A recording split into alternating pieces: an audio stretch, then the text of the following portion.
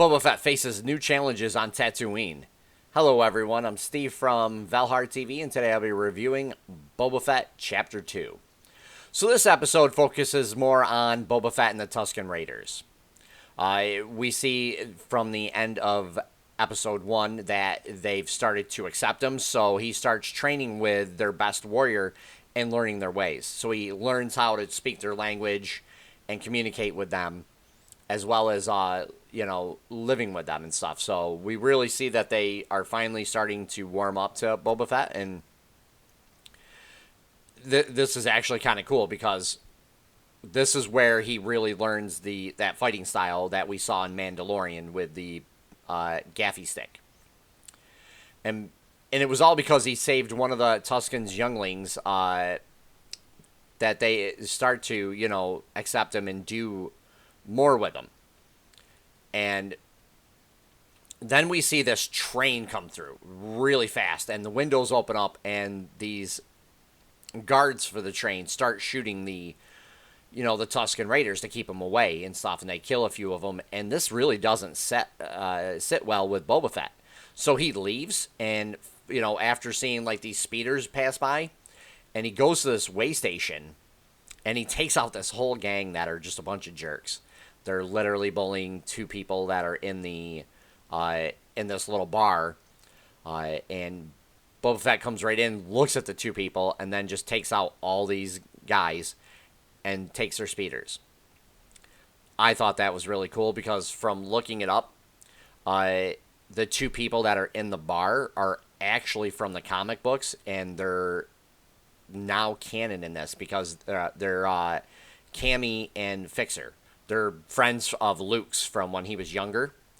And Cammy apparently is a love interest for Luke at one point. So I thought that was very interesting that they actually put that in there, because I didn't know that at the time I was looking stuff up for the review.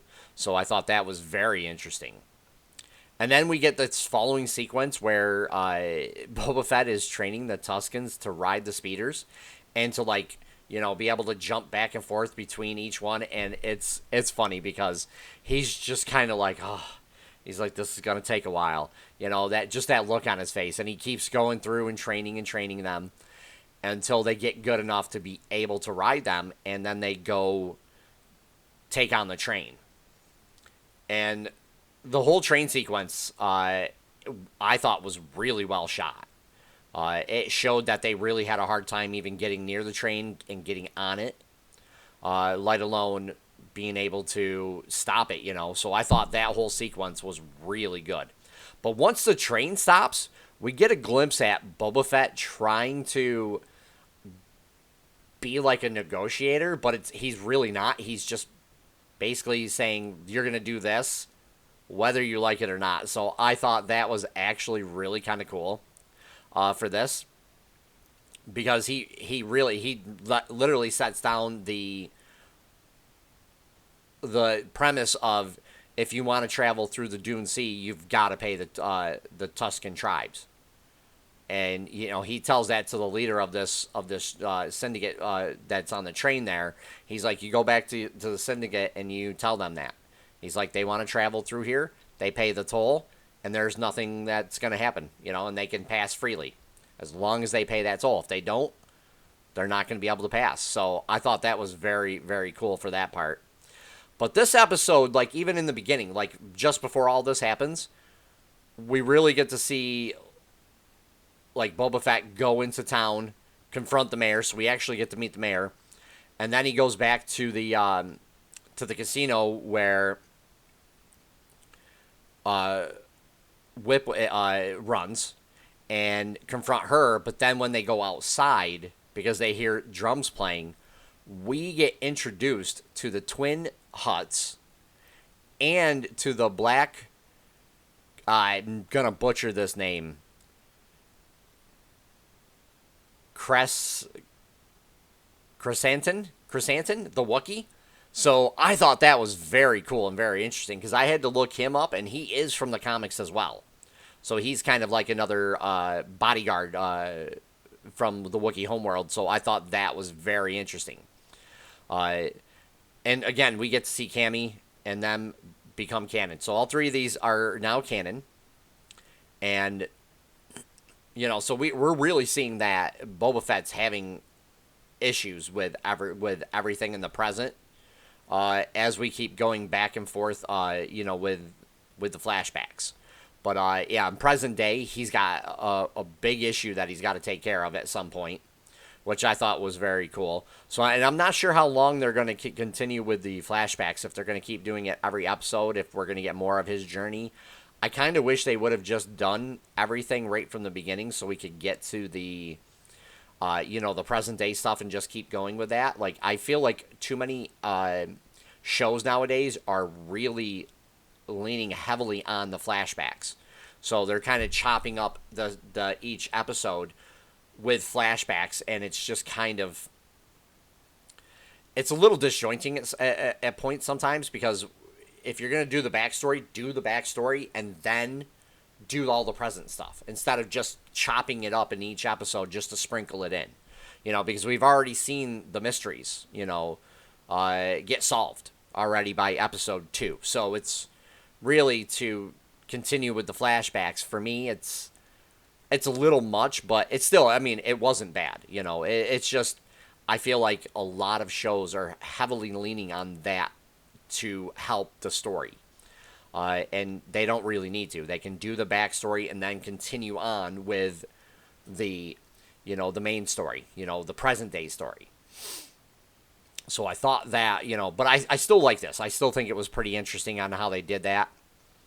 And as we continue to go along, we do finally get, we get to stay in the flashback after the meeting of the Hutts with Boba Fett and stuff. And we get to see his journey continue, even after the train. Some events happen that takes him to find a piece of wood that he creates his own gaffy stick with. And this episode ends, again, with him creating the gaffy stick, and then a final ceremonial dance representing Boba Fett's journey with the Tuskens. And it really feels important. Like, it feels like they finally accepted him as one of their own, because they literally go through a whole, like, ritual process of dressing him, and then him making the gaffy sticks, and then going to the ceremonial dance. So it was actually really cool to see this at the end of that episode. I really did like that. And again, like, the effects in this were mostly practical. Obviously, the laser guns aren't, they're CGI'd, but so aren't the speeders at certain points were too. So, but the whole train sequence was great. The Tuskens learning how to ride the speeders was funny as heck. I actually liked that.